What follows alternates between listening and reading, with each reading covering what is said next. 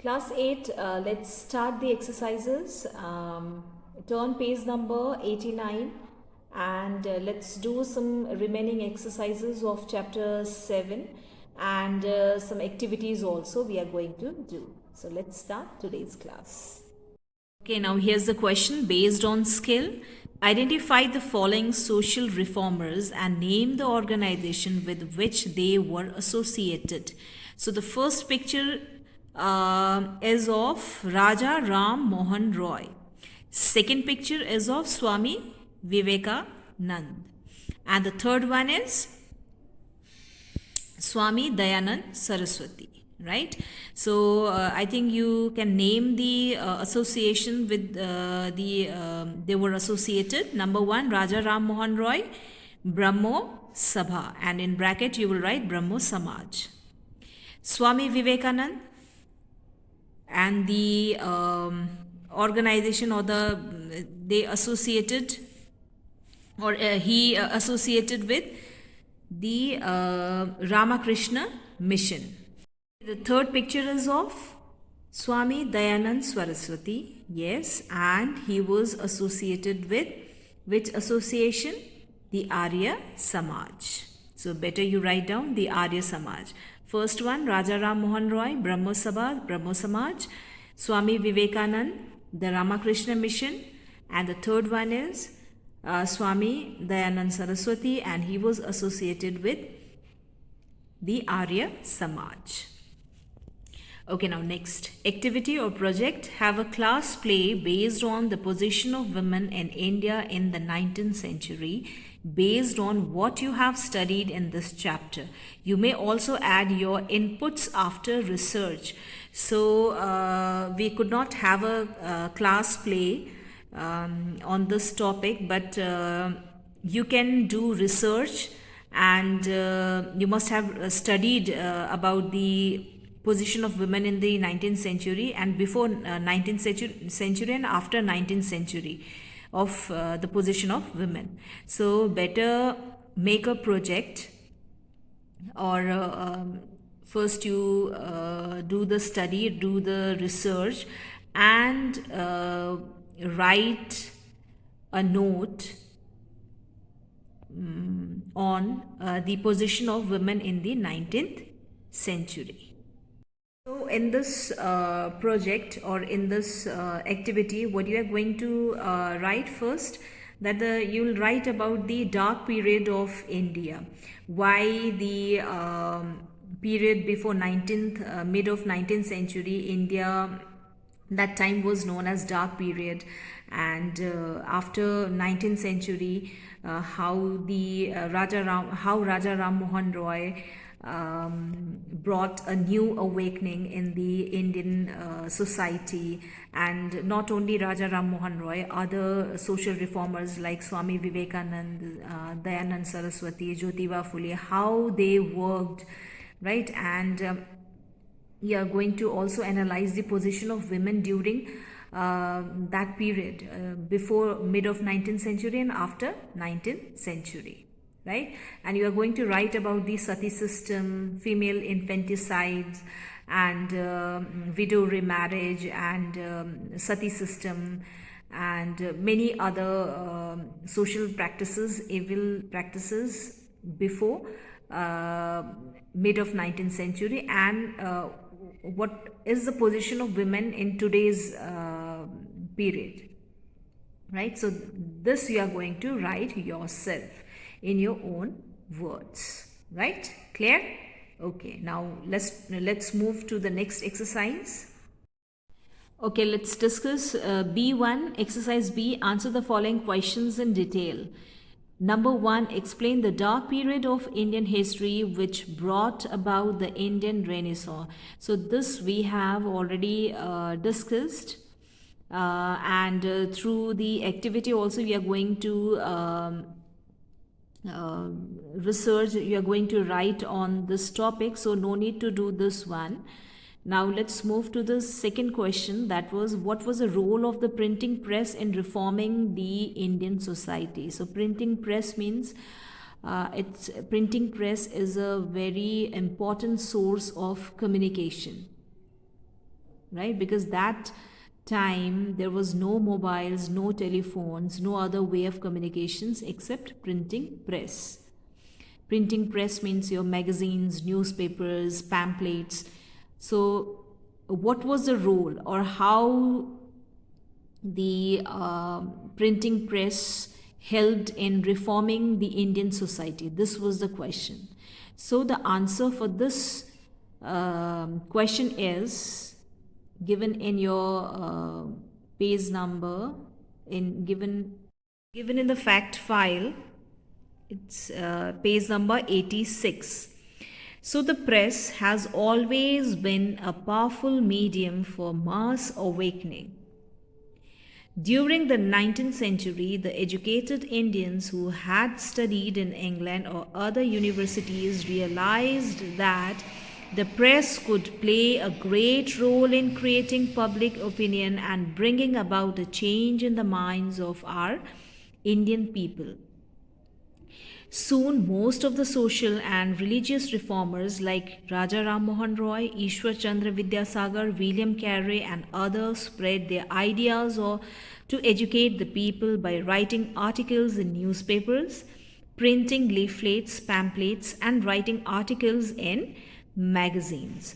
So, as I told you, that time there was no mobile, no other means of communications. So, press played a very powerful medium for mass awakening, for the Indian awakening of Indian masses or Indian society, right? So we know that mid of 19th century, when the educated Indians, they got knowledge, they studied, who had studied in England and other universities, they realized about the evil practices of Indians, right? Indian society. And they opposed those evil practices, and they realized that the press, and later they realized the role of press, and press could play a great role in creating public opinion and bringing about the change in the minds of Indians, right? So they got the opportunity, as well as they got the knowledge of freedom, fraternity, liberty, and they got the chance to change the minds of Indian people, right? So this you are going to write. You just read out and you are going to write in that question. Okay, now let's move to the next question. Question number 3. Number 3, Raja Ram Mohan Roy is known as the father of Indian Renaissance. Prove the statement. This we have several times we have done, and I explained you in the first video of this chapter. So better you can write it yourself. Now question number 4. Why do we admire the contributions made by Ishwar Chandra Vidyasagar towards the betterment of society? So let's move to page number, it's given in page number 83. Page number 83. Why do we admire this person, Ishwar Chandra Vidyasagar? Because he opened a number of schools, especially for girls, women, right? So, he also introduced the study of modern Western thoughts in his college. As an inspector of schools, he opened a number of schools for girls' education. He played a significant role in making widow remarriage lawful.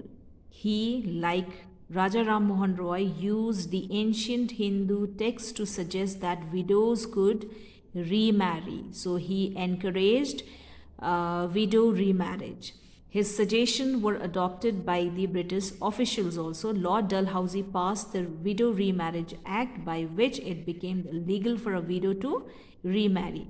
So, with the help of Dalhousie, Lord Dalhousie, he was successful in passing this act, Widow Remarriage Act, right? And Vidya Sagar attended the first widow remarriage in Calcutta in 1856. So this was a great change in the Indian society. Those who were against the remarriage of widows opposed Vidya Sagar, but even boycotted him, but he faced it with a courage of convictions and fortitude of character, and he made this Widow Remarriage Act successful, right? Okay, so that is why we admired him. Now next question is, what is the next question? It's a long question answer. Question number 5. Who was Ramakrishna Paramhansa and what were his teachings? Who became impressed by him, and why he is revered till today? On page number 83, Ramakrishna Paramhansa was a priest and a saint and was another significant socio-religious reformer of 19th century. So he had no formal education, but by his holy life, simplicity of character, homely wisdom, and his teaching won the hearts of many. Now, what were his teachings? His teachings were like all the religions were just different ways of reaching one goal, that is God realization or salvation. So he also told that the service to man was a service to God, and that spiritual values must be preserved. So these are the teachings of Ramakrishna Paramhamsa. Now, who was impressed by him? That was a young lad of 18 named Narendranath Dutt. Was very much impressed by whom? Very much impressed by Ramakrishna Paramhansa. So what happened after that? This meeting, when he met Sri Ramakrishna, when that Narendranath Dutt met Sri Ramakrishna, then this meeting totally transferred him, and he became his disciple, follower. When his Guruji passed away in August 1886, Narendranath Dutt took the vow of sannyas and renamed as the Swami Vivekanand, right? So this is the answer of that question. Next question, explain the contribution of Annie Besant in transforming Indian society. So we know that Annie Besant was a social reformer, and he was a prominent theosophist, women's rights activist, writer and orator. So what was her contributions, or what were her contributions? So in 1916, Annie Besant launched the Home Rule League at Gokhale Hall in Madras, once again modeling demands for India on Irish models for Swaraj, self-independence or self-government. Now it built this Home Rule League build a strong structure for local branches, enabling it to mobilize demonstrations, public meetings, and agitations. So she gave a strong foundations and a new awakening or a new life to this Home Rule League, right? And also in December 1917, she took over as the president of Calcutta Session of Congress for a year, and it was the greatest honor she received in her lifetime. So until the end of her life, she continued to campaign for India's independence. So she worked for India's independence until the end of her life. And not only in India, but in the other parts of the world too. So she greatly emphasized in self-rule as well as self-government, and for that she launched this Home Rule League in Madras, as well as she also encouraged the Swadeshi movement, mass movement. She encouraged that movements, right? So these were the contribution of Annie Besant. Clear? Okay. Okay, children, that's all for the day. Soon we'll meet in the next video. Till then, stay safe, stay healthy. Thank you.